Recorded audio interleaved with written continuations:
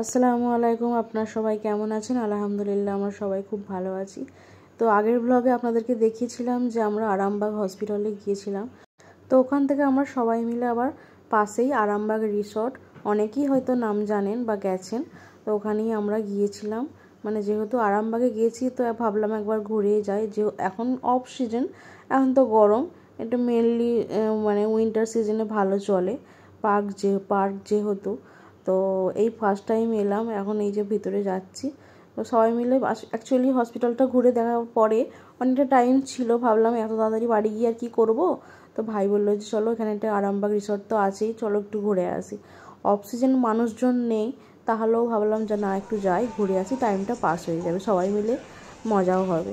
তো এই যে ঢুকলাম, জাস্ট এটা গেটের মুখটায়, আর গেটের মুখে ঢোকবার মুখে রাস্তাটা কত বড় বড় করে আলপনা দেওয়া আছে। আলপনাটা কিন্তু দারুণ দেখতে লাগছে, খুব সুন্দরভাবে আলপনাটা দেওয়া আছে। আর যেহেতু বললাম অফ সিজন, তো মানে মানুষজন একদমই নেই।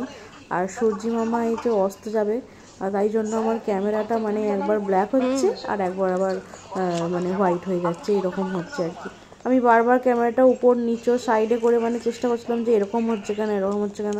মানে আসলে সূর্যটা সামনের থেকে তো মানে ওই রকম হচ্ছে আর কি, ব্ল্যাক অ্যান্ড হোয়াইট হয়ে যাচ্ছে। তো রোশনিকে এখানে দাঁড় করালাম, বললাম যে একটু ভিডিও করি, ছবি তুলবো। তো ও ভাবছে যে আমি ছবি তুলছি, ছবিও তুলেছি আর ভিডিও করছিলাম। তো এখন তো এই জায়গা, এই মানে লেখাটা তো প্রত্যেকটা জায়গাতেই আশা করি সবার শহরেই হয়ে গেছে, আই লাভ যার যেটা শহর আর কি। তো এখানেও দেখছি লেখা আছে আই লাভ আরামবাগ।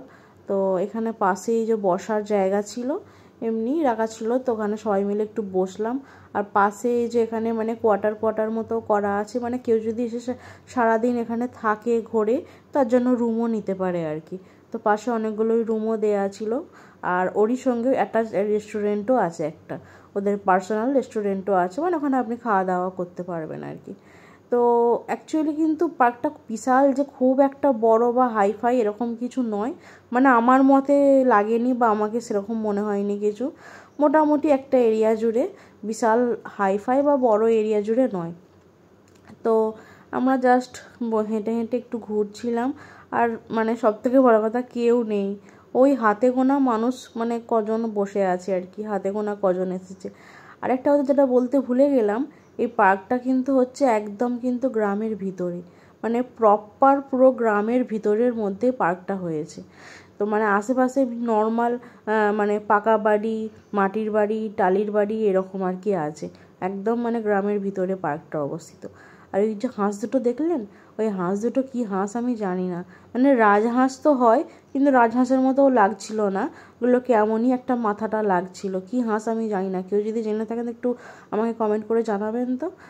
রোশনি এখানে এসে মানে যে কোনো পার্কে রোশনি যদি দোলনা থাকে তাহলে রোশনির মানে একদম আর কিছু লাগবে না, দোলনা আছে মানে খুব সুন্দর পার্ক, মানে এক কথায় ওর আর কি পুরো ডেসক্রিপশান দিয়ে দেবে আর কি। এই দেখুন, ওর পাপা ওকে নিয়ে দোলনা দোলাচ্ছে আর ও মজা নিচ্ছে। আর যেহেতু মানে এখন হচ্ছে বিকেল টাইম, কিন্তু গরমটাও প্রচুর ছিল, প্রচুর, এমনি কদিন প্রচণ্ড গরম যাচ্ছে। তো যাই হোক, এসেছি যখন ঘুরে তো যাবই। তো এই যে রোশনি এবার একটা একটা করে মানে রাইড চাপছে, ওখানে দোলনাটা তো চাপা হয়ে গেছে, তারপরে এখানে এইটা চাপবে বলছিল, এটাকে কি বলে আমি জানি না, আপস অ্যান্ড ডাউন এরকম টাইপের হয় আর কি। তো আমাকে বলছিল, আমি বললাম যে না চাপতে হবে না। অ্যাকচুয়ালি ওখানটায় মানে সব মানে ভেঙে ভেঙে গেছিলো, লোহা বেরিয়ে গেছিলো, কোথায় লেগে টেগে যাবে, ওই জন্য আমি বললাম না যে না চাপতে হবে না। তো এখানে এই যে চারিদিকে এরকমভাবে যে সাজানো আছে টুকটাক, মানে সব কিছু আমাকে খুব একটা মানে দারুণ কিছু লাগেনি। এখানে এই যে মানে পায়রা আছে, সাদা পায়রা আছে, এমনি নর্মাল পায়রা আছে, আর কিছু পাখিও আছে। এই দেখুন সাদা পায়রাটা, সাদা পায়রা কিন্তু দেখতে খুব সুন্দর লাগে, মানে খুবই সুন্দর লাগে। আর টুকটাক কিছু পাখি আর পায়রা এখানে রাখা আছে। আমার মনে হয় হয়তো আমরা এখন গেছি ওই জন্য হয়তো আরও কিছু ডেকোরেশন বা পাখি বলুন হয়তো নেই, হয়তো মানে শীতের টাইমে যখন আর কি মেন সিজন, তখন হয়তো অনেক কিছুই থাকে হয়তো, আমি আসিনি জানি না, এখন তো নেই কিছু সেরকম, মানে নর্মাল এমনি জাস্ট খালি সাজানো আছে, সেরকম কিছু নয়। আর এই যে সুইমিং পুলের পানিটা, ওটাও কিন্তু মানে একদম কেমন হয়ে আছে, নোংরা টাইপের, হয়তো ক্যামেরায় ওটা বোঝা যাচ্ছে না, কিন্তু নোংরা, অরিজিনালি নোংরা টাইপের হয়ে আছে, মানে এখন তো কেউ ইউজ করে না, বা কেউ হয়তো গিয়ে ওই জলে এখন নাবেও না, যেহেতু মানে খোলা আকাশের নিচে মানে প্রচণ্ড গরম এখন দিনের বেলায়, তো এখন কেউ হয়তো নাবেও না, ওই জন্য হয়তো ওনারা পরিষ্কারও করেনি সেইভাবে। তো এখানটার এই পাশ দিয়ে এই যে সিঁড়ি মতো করা আছে, এখানটা দিয়ে গিয়ে হচ্ছে মানে ওরা এই মানে যে মানে নদী নয় সরি, পুকুরটা যে ওরা কাটিয়েছে, এই পুকুরের উপর দিয়ে আর কি এরকম তক্তা ফেলে দিয়ে যাওয়ার মতো রাস্তা করেছে। আর এখানটায় গিয়ে আপনি আর কি একটু মানে একটা ভিউ পাবেন, এই যে সামনে গিয়ে মানে পুরো একদম পুকুরটার মাঝখানে যেতে পারবেন। আর এখানে চেয়ার টেয়ার রাখা আছে, গিয়ে বসা, গল্প বা ভিডিও করতে পারবেন আর কি, এই হচ্ছে ব্যাপার।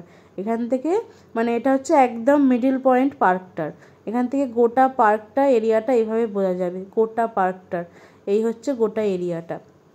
আর পুকুরে দেখুন কত মাছ, আমরা দেখছিলাম যে বাবা মাছ চাষ করেছে, আর মাছগুলো এত সুন্দর খেলা করছে, কি মাছ কিন্তু বুঝতে পারিনি, মানে বোঝা যাচ্ছে না জলের তলা থেকে, জাস্ট ওপরে চড়ছে এটুকুই, কিন্তু আর ছোট বড় মাছ কিন্তু নয়। তো যেহেতু আমরা ওখানে একবার হসপিটালে চা খেয়েছি, তো এখানে সব বলছিল চা খাওয়ার জন্য, কিন্তু আমাদেরকে আর চা খেতে ভালো লাগেনি, এমনিই গরমে চা ভালো লাগে না, কিন্তু একবার যেহেতু খেয়েছি তো ওই জন্য আর খেলাম না। তো এখন জাস্ট এই যে এখান থেকে বেরিয়ে যাবো এবার, আর সন্ধ্যা মতো হয়ে গেছে, ওই জন্য আলোগুলো সব জ্বলে গেছে। এতক্ষণ যদি পার্কের ভিতরে থাকতাম তাহলে আলোগুলো মানে দেখাতে পারতাম, আমরা জাস্ট খালি বেরিয়ে এবার গাড়িতে উঠবো আর তখনই আলোগুলো জ্বললো। আর পাশে দেখে বুঝতে পারছেন নিশ্চয়ই যে প্রপার গ্রাম, এই দেখুন বাড়ি, মাঠ, গরু ছাগল বাঁধা আছে মাঠে, তো প্রপার গ্রামের ভিতরে হচ্ছে আরামবাগ রিসর্টটা। তো একবার আশা আছে যে শীতের টাইমে আসবো, তখন কেমন থাকে দেখবো। তো আমরা যেহেতু ভাইকে নিয়ে গেছিলাম হসপিটাল থেকে, মানে ওকে নিয়ে সাথে ঘুরতে গেছিলাম, তো ওকে আবার ওদের বয়েজ হোস্টেলে নামিয়ে দিয়ে গেলাম হসপিটালে। তো এখন ও থাকবে, ওর আবার যেদিন মানে ছুটির ডিউটি শেষ হয়ে সেদিন আবার যাবে আর কি। তো এখন এখানে রেখে আমরা আবার বাড়ি চলে যাব। তো অলরেডি 7টা বেজে গেছে, বাড়ি যেতে যেতে হয়তো 8টা বেজে যাবে। তো এই যে আমরা চলে যাচ্ছি এবার রেখে বাড়িতে। তো আজকের ব্লগটা আপনাদের কেমন লাগলো, আর আরামবাগ রিসর্টটাও কেমন লাগলো, বা কারা কারা এসেছেন এর আগে, আমাকে অবশ্যই কমেন্ট করে জানাবেন। আজকের মতো ব্লগটা আমি এখানেই শেষ করছি, দেখা হচ্ছে অন্য কোনো নেক্সট ব্লগে।